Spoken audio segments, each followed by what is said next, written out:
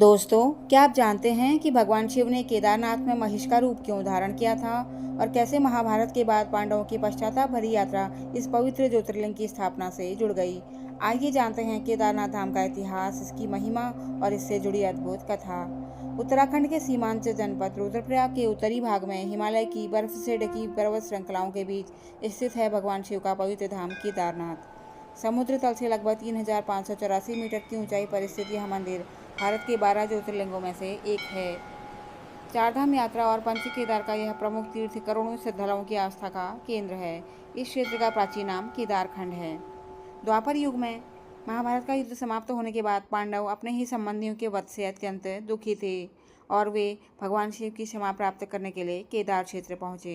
लेकिन भगवान शिव उन्हें तुरंत दर्शन नहीं देना चाहते थे, इसीलिए उन्होंने महिष का रूप धारण कर लिया और केदार क्षेत्र में विचरण करने लगे। पांडव समझ गए कि ये कोई साधारण महिष नहीं बल्कि स्वयं भगवान शिव हैं। वे उनके पीछे पीछे चल पड़े। जब भगवान शिव महिष रूप में धरती के भीतर समाने लगे, तब पांडवों ने उनका पृष्ठभाग पकड़ लिया और विनम्र भाव से क्षमा मांगी। उनकी सच्ची भक्ति और पश्चाताप से प्रसन्न होकर भगवान शिव ने उन्हें दर्शन दिए। भगवान शिव महिष के पृष्ठभाग के रूप में केदारनाथ में विराजमान हुए। भगवान शिव का श्रीमुख नेपाल के पशुपतिनाथ के रूप में प्रकट हुआ। भगवान शिव के आशीर्वाद से पांडव अपने पाप से मुक्त हो गए।